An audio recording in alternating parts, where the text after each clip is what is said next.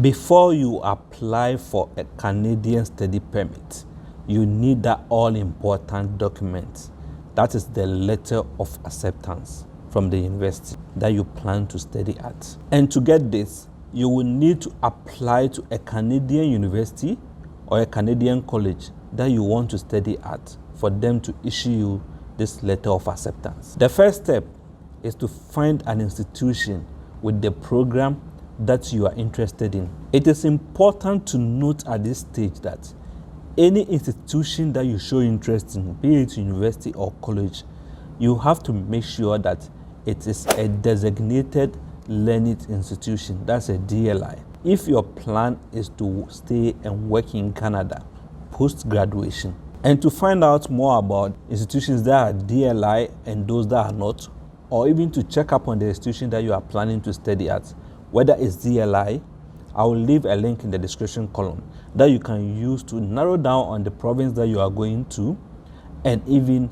find out the school that you want to study at, whether it's DLI, so that you don't end up regretting your decision in the long run. So to apply to a Canadian university or college, there are a couple of things that you need to do.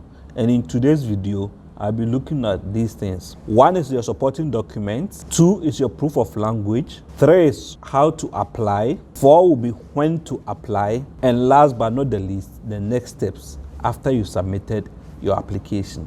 So on supporting documents, once you've made the decision on which program you want to study and which institution that you want to study at, you need to start gathering these documents and get them in order. Most universities or colleges will require a copy of your academic transcript from your university that you previously studied at if you want to do a master's program or a PhD in Canada. So that is one of the things that at least you need to get ready the moment you make a decision to study in Canada. And sometimes you may need to provide an educational credential assessment to show that your transcript is comparable to Canadian standard of education, be it diploma or degree. And if your transcript is not in English or French, you might have to provide a language translation to English or French for it to be accepted. My advice is to check your intended institution of learning for the requirements that they need, because this can vary from one institution to the other. Different institutions will have different requirements. So make sure you know what is required by the school that you want to study at, so that you can do the right thing and not get delayed because you failed to provide the necessary documents. Further requirements and conditions for application can vary from one institution to the other. So be prepared to research and consult each institution's website individually if your plan is to look into applying to multiple schools. Most of the information that you will need to apply to most of these universities can be found online on their website. But when you are in doubt, you can easily reach out to the school because they have people who will be prepared to respond to any questions that you have. Sometimes you can even book a call with the admission coordinators where they can sit you down and explain to you the kind of documents that will be required. And if there's a gap in your documents, they can advise on what kind of documents you can submit in those places to make sure that you have a complete document for it to be reviewed for your admission. Further documents such as letters of recommendation, portfolios, personal essays, and other supporting documents might sometimes be required. So it is important to at least make sure you have a full list before you set out to gather documents that might be needed. And like I said, when in doubt, just reach out to the university. These admission coordinators will be happy to at least help you if needed, so that you have a full list of documents that will be required before you start gathering them. If you are applying to a postgraduate program, such as a master's or even a PhD program, some of the requirements might be different, but you can expect to be asked for your graduate level transcripts or career experience that makes you eligible for the program. Because sometimes, even though you might not have studied the course in the past, your career experience might be able to help qualify you for some of those programs. A typical example is myself. I'm a trained electrical engineer, but I've been practicing marketing for the past 15 years. So the course that I'm studying, it was basically my career experience that got me in, not my background as an electrical engineer, because it's a management program and electrical engineering would not have qualified me into the program. The minimum work experience that was required for the program was 5 years. That is why I always say, when in doubt, just reach out to the school and ask the necessary questions. They will happily respond to you, and sometimes if there are gaps, they will help you to fill those gaps so that you have a complete application when you are ready to submit the application to be considered for admission. Sometimes when you don't qualify, they can outright tell you that your chance of being accepted is low. That can help you steer you off that university to maybe one that you might easily qualify for, to help you in your application process, and can help you narrow down on your options. Second one is proof of language. As an international student, you are supposed to demonstrate proficiency in English or French, because those are the two languages that are spoken in Canada and at least taught in school. Generally, this means that you have to at least show a result from IELTS or TOEFL to demonstrate that you can easily communicate in English or write in English, and you will be successful in the program if it's taught in English. But sometimes, if you are coming from an English-speaking country where all your courses or degrees were taught in English, you can show a letter to prove that your last couple of degrees were taught in English. So as a result, you'll be a successful candidate in the English program, and you wouldn't need to show an English result accordingly. So in most cases, students from English-speaking countries might be exempted from some of these requirements, and students from French-speaking countries sometimes can also be exempted from some of these requirements. But my advice, always reach out to the school and make the necessary inquiries and see whether you are exempted or not. If you are, then you wouldn't need to show that proof of language requirement in your application process. And this exemption can vary from institution to institution, and sometimes even from program to program. So it is important to at least know whether you are exempted or not before you set out to at least submit your application. So how do you apply after gathering all the necessary documents and at least proof of language requirements? Once you have the necessary documents, you will need to know where you want to apply to. It is time to go online and at least go for it. Depending on where you want to apply to, you might have to go through a centralized application portal such as Apply Alberta, Education Planner BC, Ontario University's Applications Center, or Ontario Colleges. Other provinces may not have a centralized application center, so you may have to apply directly to the university or college without having to go through a centralized portal. So in this case, you will need to know which portal the university will require you to at least apply through, so that you can create a profile and start populating it with the required information and upload the necessary documents. That way, you can be considered for the application. Each Canadian university or college will explain on their website the details of the requirements and the process for applying to be considered to study at their institution. So it is advisable to at least visit their website and do the necessary research to know when and how they want you to at least submit your application.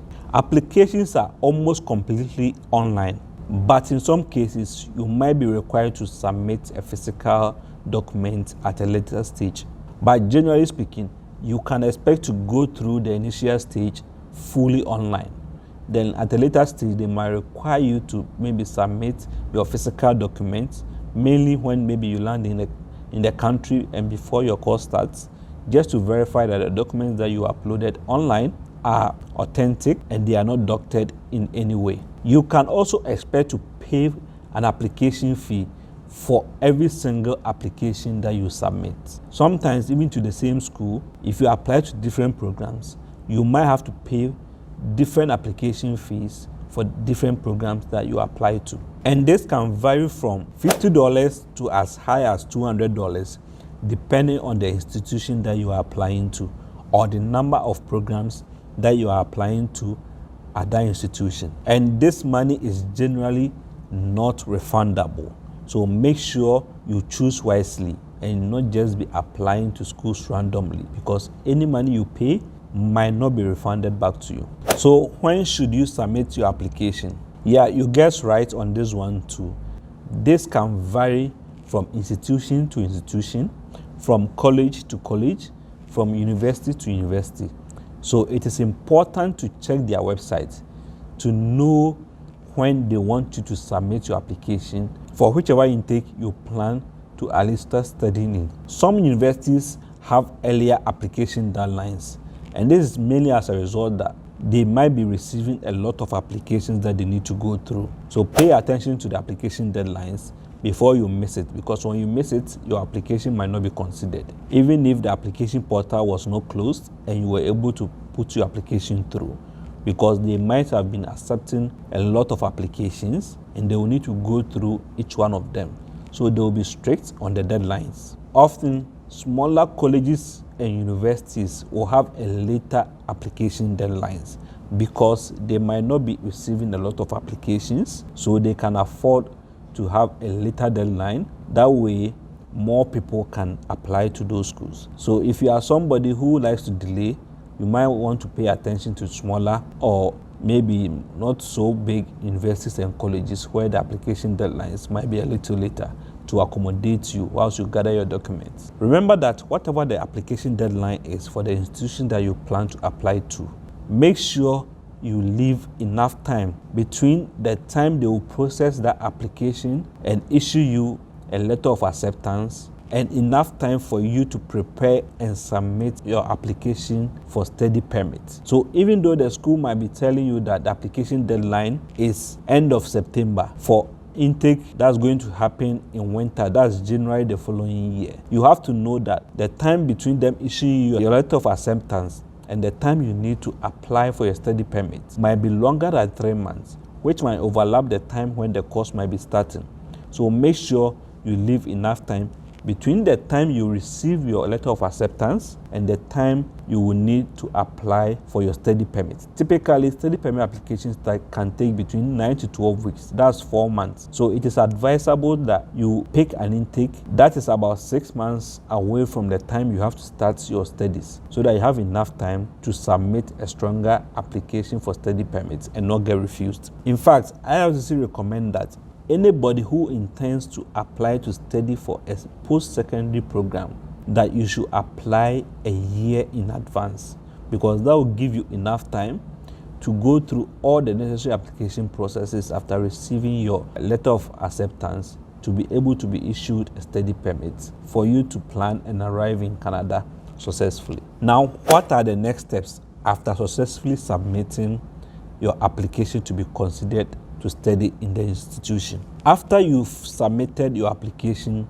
to be issued the letter of acceptance to allow you to study in the university or program, now the waiting begins. You need to just wait for the decision to be made to know whether you were accepted or not. Many application systems will allow you to check on your status of your application online, and it is highly recommended that you rely on this and not just be sending emails to the school, because they will have multiple and lots of applications that they are going through, and they might not be able to give you a personalized update on your application, because they will direct you to check on the application portal, because that's where they will be updating you on the processes that your application might be going through. Or if they need extra documents, that is where they might issue the necessary information for you to upload to help them in their decision-making process. However frustrating the waiting might seem, be patient. You will get a response and you will know